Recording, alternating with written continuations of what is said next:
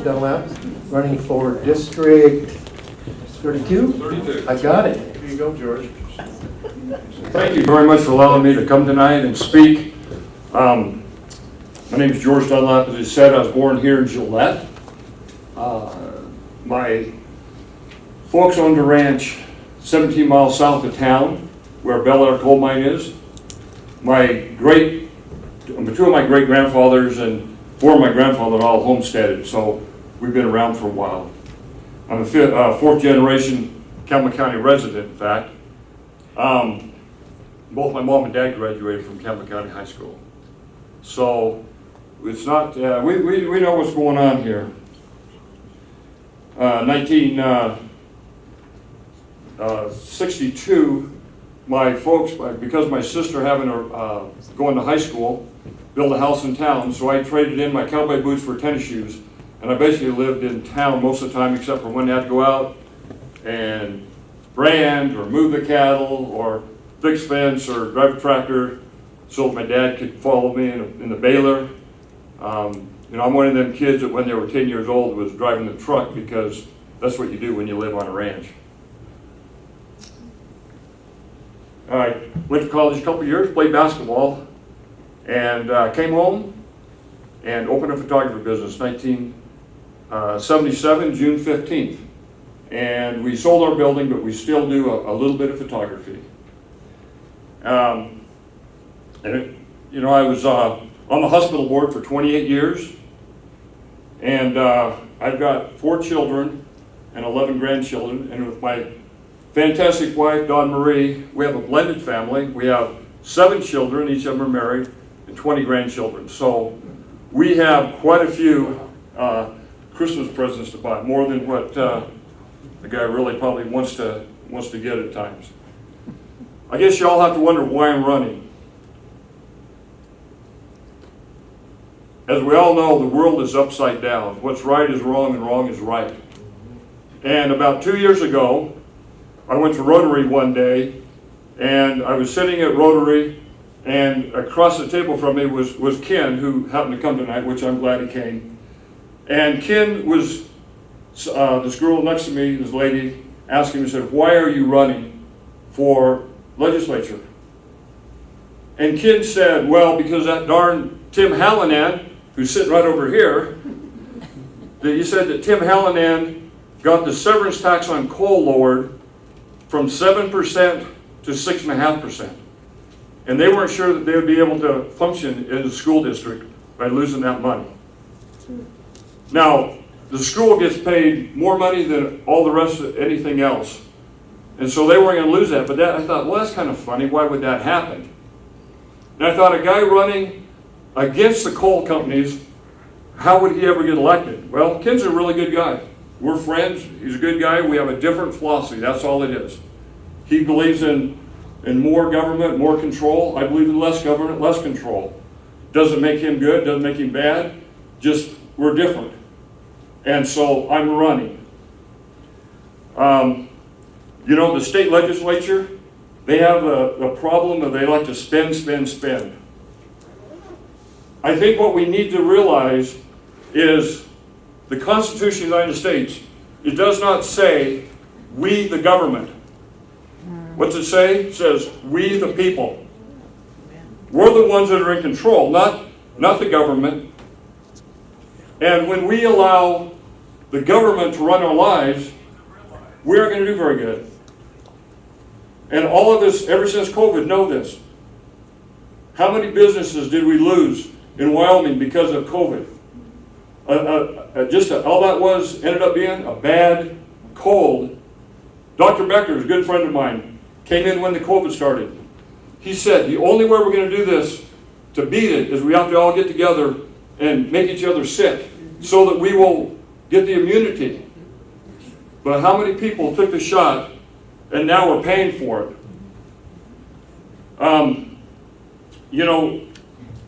The state government used to be red, but now it's purple. We're not a red state anymore. Some people like that. Some people want us to be Colorado. Right now, the state government has more people that belong in Colorado than they belong in Wyoming. As citizens, we've fallen asleep at the wheel. We've allowed ourselves to become complacent, and we've allowed things to happen that shouldn't happen in Wyoming. It's time to quit putting a temporary Band-Aid on things and quit kicking the can down the road. We have to address the problems. The only way you can address a problem is to go straight at it. There's a couple things that I definitely believe are very, very important. One of them is our freedoms. We must have our freedoms. As far as certain things that I push for, things that I would want to do, I believe that our property taxes are very low in Wyoming compared to other states. But you know why that is? Because we have fossil fuels. Fossil fuels runs this state. Oil, gas, natural gas. And by one of the benefits of living in Wyoming is you have lower taxes. That's what you do. That's why you live here where they have winter 9 months of the year. You know, when it comes to property taxes, this looks like your home. And you know what it's worth. And I'm sorry I couldn't make this bigger. I didn't have time to make this bigger, but it's just kind of an average home, and you know what it's worth. You think it's worth a certain amount. And then you decide to sell it, and another guy comes along, and he looks at it, and he says, that's what I think it's worth. And both of you are probably within a few, maybe $25,000 to $50,000 the same. Well, that guy goes and buys the house, goes to the bank. And I don't know if you can see this, but this is what the banker thinks the house looks like. And how much money he's willing to loan on it. Not much. He's saying he wants to give you a high price loan, then your insurance is going to be high. Unfortunately, then the county assessor comes along and he looks at your house. And this is what he thinks your house looks like, right here. Yeah, that's it. That's true. Unfortunately, we are blessed in Gillette. We have a great county assessor. But you know how they figure out your property taxes? The wind's blowing this way. Exactly. So what we need to do is go to a value, that acquisition value property tax. Now, I think that's good. My opponent, he voted against that this last session. Okay? Doesn't mean he's bad, just means he has a different view of it. When I went down there to the legislature, I spent quite a bit of time down there. I went to a committee meeting, and they talked about rolling back the taxes. They said if they roll these taxes back to pre-COVID times, or COVID times, it would cost $260 million to the state. It said that would be a deduction from the budget of $260 million. I got up there and I said, I think we need an attitude adjustment. That's $260 million we add to the citizens' pockets. At the time, they were looking at putting $900 million in the bank account. No, they're looking at putting $900 million. No, 5 minutes. That you talk. Oh, okay, I got 5 minutes? I'm the timekeeper. Hey, you're going to argue with me on how much money we put away. They ended up putting $700 million, your dollars, in the coffers. Right now they have close to $30 billion in the savings for the state of Wyoming. That's just, we couldn't live that way. I believe very much in saving. Saving is very important, but a lot of that is put in the wrong place. The Great Seal of Wyoming, on it there's quite a few things. The state motto is equal rights. I believe that we should treat every single individual equally. I'm a guy, I'm 67 years old, I've lived in the state more than 25 years, and I can get a tax deduction on my house. But what about those of you who haven't lived in the state that long? What about my daughter who really needs the tax deduction? The families who are hurting. This last year, we had a chance to do, it was, they called it a tax deduction. It was a guaranteed that they would raise taxes 5% every year. What we need to do is we need to go to an acquisition type base. Then what we need to do, in my opinion, roll it back. Pre-COVID, that's when that was the price that we really should be paying. From there, every year we should raise the price by the consumer price index plus the population growth. If something would happen and we'd have an emergency, in that bill we should put in that if 2/3 of the House and 2/3 of the Senate think there's emergency, that they can raise that up higher than that. 5%, 7%, whatever it is, for 2 years. Then it goes back to the other.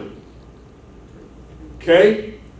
So if we would do that, it would stabilize our economy as far as housing. The thing that I found that's really bizarre is most people that have a mortgage, they just know that they're paying more, but they don't know how much more. The average house from 2021 to 2023 went up 71% as far as your taxes. And I'll tell you, when you're a guy working,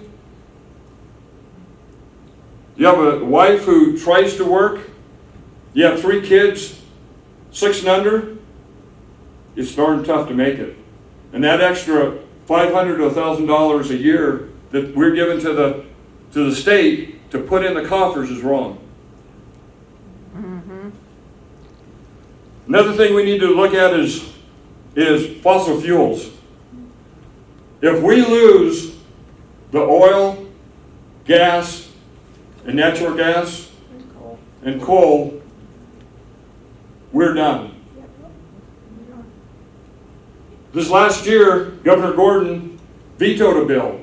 What they did is the legislature put away $75 million so that they could have it. So when we're ready to do a lawsuit against the federal government, we could do it.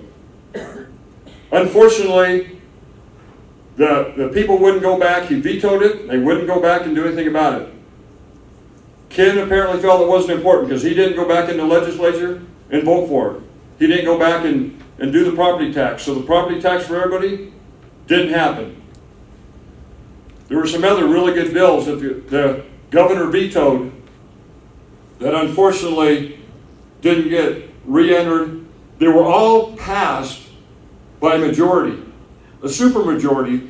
If those same people would have went back and voted, every one of them would have passed. Now, if you talk to certain people in the legislature, they think that was a setup, that they had that planned all along. I don't know that everybody's that smart. I think it's just the way it is. But we have to address the issues. And so, I'm probably out of time, but 30 seconds.